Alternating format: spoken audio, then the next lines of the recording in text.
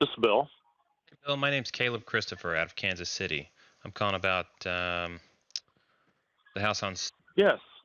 So my cash offer team, they told me they last talked to you on the 24th of October, and I don't know that there's been any communication since then. But they forwarded this over to me. I'm the creative finance guy, and I'm authorized to make higher offers than whatever they were willing to make an offer for. If I understand, kind of what we need to do. Okay.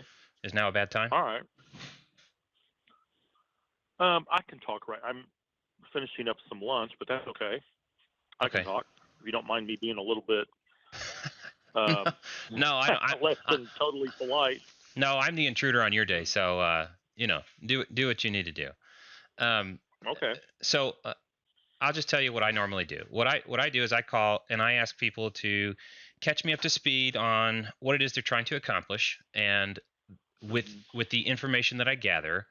Um, this isn't an adversarial thing, right? I'm not trying to get special information that I use against you. It's like, hey, if we can No. both win, right? If I understand what you're trying to do, then I understand tax implications, 1031 exchanges, or if you're going to pay the taxes on them, that's fine. But once I understand what it is you're trying to accomplish, I can build an offer, usually with a higher price than cash, as long as you and I can come to agreement on some sort of terms that you can give me, kind of in exchange for the higher price or the different payment arrangements. Well, let me tell you a couple things. Sure. We manage two companies. One is a property company because personally I have like 40 properties, so I'm an investor also. Oh yeah. And then secondly, we have a property management company where we manage properties for other investors, mainly out of California. Right. So the one thing obviously I get calls like this multiple times per day from all kinds of people Yep. wanting to buy property. So the first thing I tell people is we don't wholesale because the market is tight enough, and I've got investors in California who are wanting to buy property, and they'll pay pretty close to market for it. Yeah. So the one on Southern is a property that I own legally, but in terms of administratively, there is a lady that I do some property management with, and I do rent to buy to her. And she's owned this house she has been buying this house for quite some time. Now, she herself is an investor also. Yeah. So she buys it from me, but then she rents it, okay? Yeah. The one you're talking about on Southern. So yeah. She has told me she's willing to sell it. She wants 98 to 99,000 for it. Okay. It's a 3-bedroom, 2-bath with a 2-car garage detached. And it may have a basement. I can't remember. The property has been kept in good condition for rental, but I cannot tell you anything about the furnace, the air, the roof. Right. I thought she told me she had replaced the furnace and air conditioner a few years ago, but I can't be totally honest about that. I'd have to ask her. Sure. But she will sell the property for 98 to 99,000. It's on the kind of the north end of Beech Grove, if you're familiar with Indy. Only it's in slightly. The 4-6. Okay. Yeah. Beech so Grove is to the southeast of Indy. It's kind of a hot area. Okay. People like, and then it's I can't tell you if it.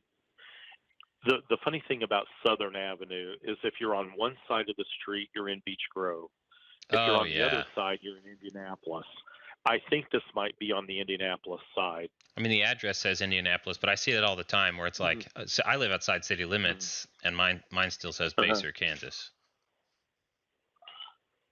So, I see. So yeah, it's probably Indianapolis. Although, I was just thinking the sewer bill does come out of the city of Beech Grove. So I think if you live on that street too, either side can go to the Beech Grove City Schools, which are better than Indianapolis public schools. Nice. So that becomes a factor with some people. But yeah. Anyway, that's where we are. It's pretty simple. If you're interested in paying 98 to 99 for it, I think she would sell it. She will not take anything less. I know that.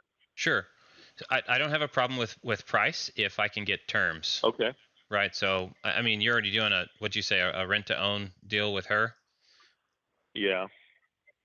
And I would be asking for some sort of seller finance in this situation too, right? A combination of down payment and monthly payments over time. And if, I'll just give you my Yeah. general formula. If I can get anywhere close to $500 a No. month spread, No. then I'm good. No, I can tell you right now, she won't do that. And Yeah. first of all, I won't do that either. Right. I'm the illegal owner. Right. So Yeah, that's I'm what it kind sorry, of started but to sound like when you said that, she was kind of the owner and you're the owner. And I was like, oh, okay. Mm-hmm. Her intent is to sell that one Mm-hmm. and to pay off two other ones that she's buying from me. Yeah.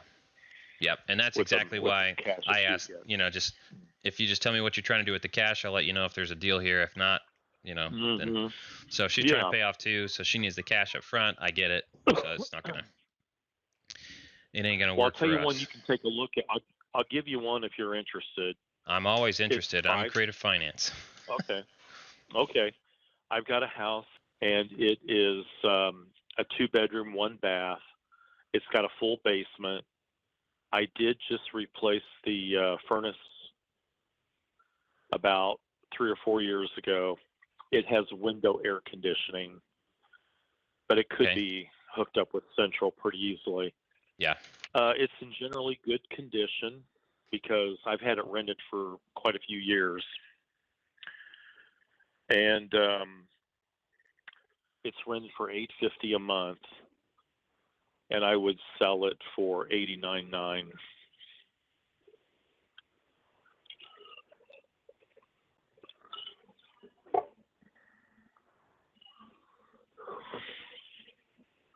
$89,900 on. Well, no, I'm the creative finance guy. I'm not a cash guy. So does that change things for you? Okay. Yeah, I can't do creative financing. Okay. Sorry. No, that's fine. But so that's I work okay. with wholesalers.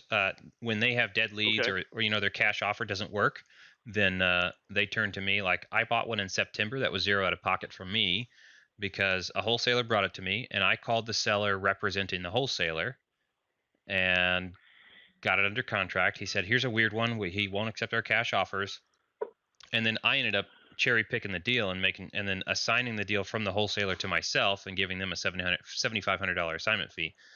And my private lender picked up the tab for the whole thing because I got it at a pretty good discount. Okay. So, well, I'll tell you what. Why don't you text me your name and phone number and your email address, and I'll keep Certainly. you in my yeah, folder. because if you run into any weird situations, yeah, and if you give me a lead and I can close on it, you'll get a referral fee or whatever you want to, we can figure out some sort of arrangement. Okay. But I exclusively right. do creative finance deals. Okay. So, That'll all right, be man. fine. Well, I'll pass this other address on to the cash team, but otherwise, it's nice to have met you, and I hope we end up doing some business together. Sure. Okay. Thanks for your call. All right. Talk to you later. Bye. Bye-bye.